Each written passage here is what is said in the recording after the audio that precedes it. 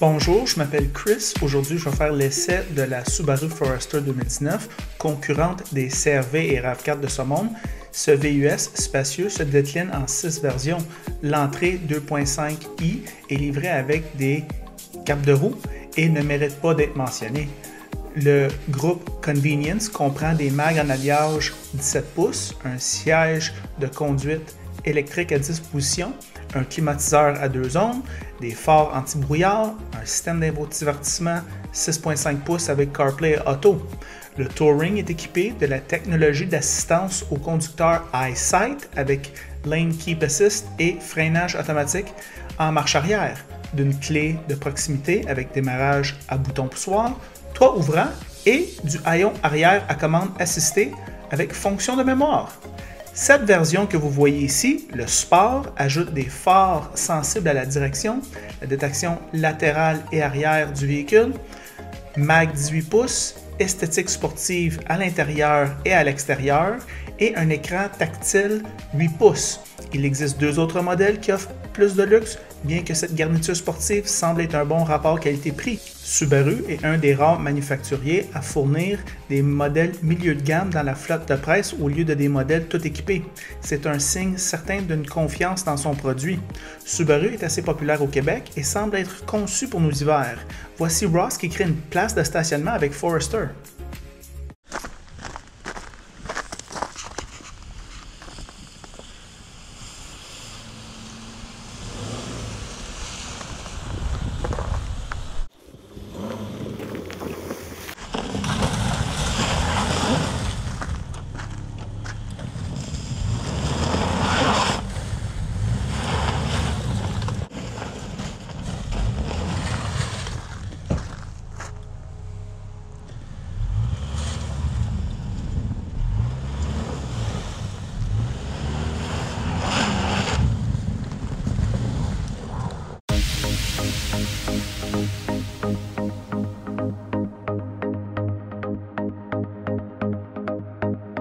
L'intérieur est plus joli que l'extérieur, avec un espace et une commodité incroyables. Les sièges se rabattent à plat, facilitant ainsi le transport de gros objets. Beaucoup de place en arrière, beaucoup de confort, rien ne chuchote un passager arrière comme un gros VUS. Très bien Subaru. En avant, Forester est facile à utiliser et spacieux. Ses caractéristiques se trouvent dans tous les Subaru que j'ai conduits. Vous devez presque vous asseoir et le conduire une journée comme aujourd'hui pour vraiment apprécier la visibilité vers l'extérieur de premier ordre. Les matériaux intérieurs sont de bonne facture et les petites touches orange donnent au modèle sport juste assez de caractère.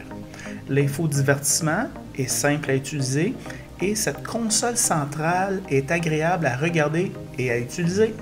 Ce volant est le même sur de nombreux Subaru et est livré avec un cuir bon marché, mais il me paraît au moins robuste.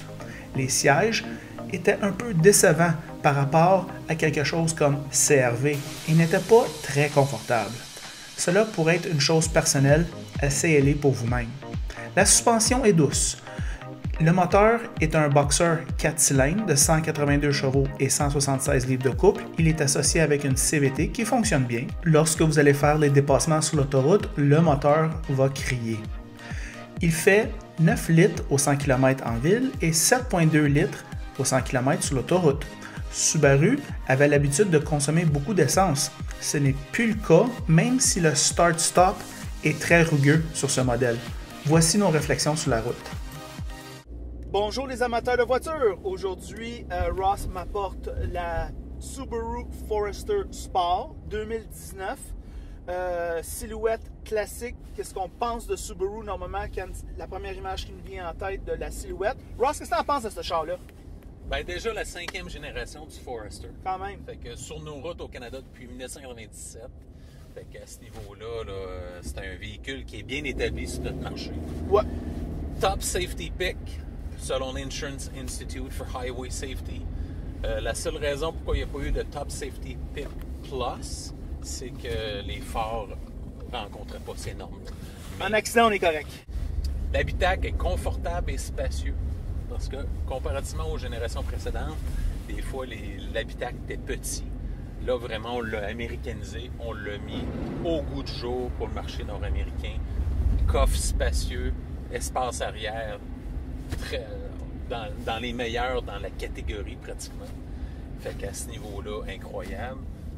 Ouverture des portes, facile d'accès, grande ouverture des portes pour les passagers et le conducteur pour prendre accès au véhicule. Quand tu veux rentrer du stock aussi. Exactement, fait que facile à ce niveau-là. Capacité en route non négligeable. Si on le compare aux autres VUS compacts de la catégorie, ben Subaru a tout le temps eu un côté en route supérieur à ses concurrents. Douceur de roulement, malgré une CVT, quand on n'est pas en haute révolution, la CVT est quand même douce, le moteur Boxer est quand même raisonnable. On a le 2.5 ici. Bonne valeur de revente, Subaru Forester, comme bien des produits Subaru, à cause du 4 roues motrices. Excellente valeur de revente au Canada à ce niveau. Qualité de finition intérieure, moi que je trouve qui est en progrès. Oui. Si je compare à l'autre génération avant, ça faisait un petit peu plus bon marché. Maintenant, je trouve que la qualité est là, puis ça se ressent. Système d'infodivertissement qui a l'Apple CarPlay Android Auto, qui est aussi intuitif dans l'accent, dans la Legacy. C'est facile à se retrouver. Une bonne recette. Exactement. Continue. Traction intégrale de Subaru. En plus, on a l'EyeSight. Fait que ça fait un véhicule, là, pour nos capacités hivernales. On a un hiver assez rigoureux cet hiver, on peut le dire. Neige, pluie verglaçante, tout ça. Ben, ce véhicule-là répond à ces conditions. Contre, ben, lorsqu'on est assis, je ne sais pas si tu as remarqué, je trouve que l'assise des sièges pour les personnes de grande taille, c'est un peu court. Fait qu'à ce niveau-là, un peu de manque de support. Moteur peut-être un petit peu juste parce que la 4e génération précédente, offrait le 2 litres turbo. À ce niveau-là, ça permettait des accélérations, des performances plus qu'acceptables, très sportives. Un peu bruyant lors d'accélération, tant au niveau du moteur que de la transmission CVT. On espère, comme je viens de dire tout à l'heure, que le 2 litres turbo reviendra dans un avenir rapproché. C'est ce que Subaru annonce. Ils ne l'ont pas fait pour la première année de cette génération-là, mais on espère que ça va arriver. La silhouette est un petit peu quelconque. C'est pas le plus beau de la catégorie à ce niveau-là. C'est très carré. Par contre, à l'intérieur, ben, c'est très utilitaire. Ouais. Fait que cette forme-là, peut-être moins jolie à l'extérieur, mais très pratique à l'intérieur. Tenue de route, quand même pas si mal, mais c'est sûr que certains modèles qui sont plus sportifs, celui-là est plus utilitaire. Fait que c'est le compromis que Subaru a fait. La concurrence, encore une jungle, c'est super compétitif. Chevrolet Equinox, Ford Escape, GMC Terrain, Honda CR-V, Hyundai Tucson, Kia Sportage, le Jeep Cherokee, si vous voulez de quoi encore, avec des capacités hors route améliorées. Mazda CX-5, dont on va avoir le CX-5 avec le 2.5 turbo dans les prochaines semaines. Mitsubishi Outlander, on a fait l'essai du PHEV également. Nissan Rogue, Toyota RAV4, qui en 2019 va être selon moi la référence, mais tout un VUS compact. Et sans oublier le Volkswagen Tiguan. Fait que comme vous pouvez voir, beaucoup de concurrence, beaucoup de choix, et c'est à vous de choisir le véhicule selon vos besoins. Moi, j'ai bien apprécié jusqu'à maintenant le Subaru Forester. J'aime bien Subaru, mais ce ne sont pas des véhicules parfaits, c'est pas tout pour tout le monde. Quelles sont tes impressions, Chris? Petite remarque à propos de qui achète ce genre de véhicule-là. Moi, Ross, j'en viens pas. À toutes les fois que je vais aux États-Unis, je vais toujours dans les États du Nord, j'en viens pas comment il y a des gens qui ont des Subaru. On a peut-être une vision un peu médiatisée des États-Unis. On voit les côtes est, côte ouest, Californie, New York, la ville de New York, mais on ne voit pas tout le reste de l'Amérique. Exact. Puis en Amérique, on appelle ça the Rust Belt. Mais le Rust Belt, c'est essentiellement une zone pour dire c'est là où est-ce qu'on met du sol sur la route. Et c'est beaucoup des États-Unis, ça. Alors, quand on est dans le Rust Belt, on voit beaucoup de Subaru. Exact. Fait que les Américains qui sont quand même des acheteurs, moi je te dirais somme toute des consommateurs avertis. On voit que la Camry se vend très bien aux États-Unis. On Très voit gros que vendeur. ce véhicule-là, on les voit partout. Pourquoi qu'on voit ce véhicule-là partout? Moi, Ross, j'estime que cette Subaru représente les qualités classiques de Subaru.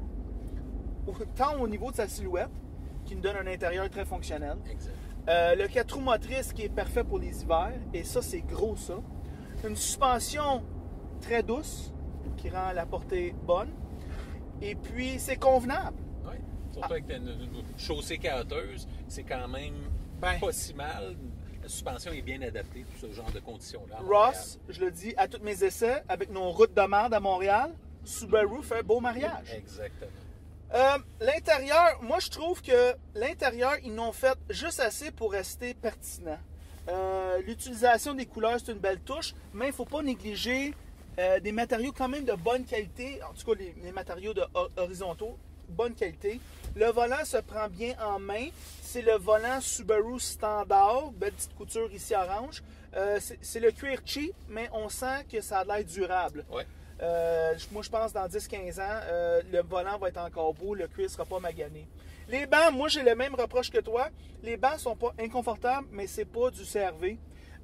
Au niveau de la qualité des sièges, moi, je pense peut-être pour les longs parcours, on va le ressentir. L'infodivertissement, Ross, tout est comme un peu le gars qui focus sur l'infodivertissement plus que moi. Tout ce que j'ai à dire à propos des infodivertissements Subaru, c'est qu'ils sont très faciles à utiliser, selon moi. Convivial. Ouais.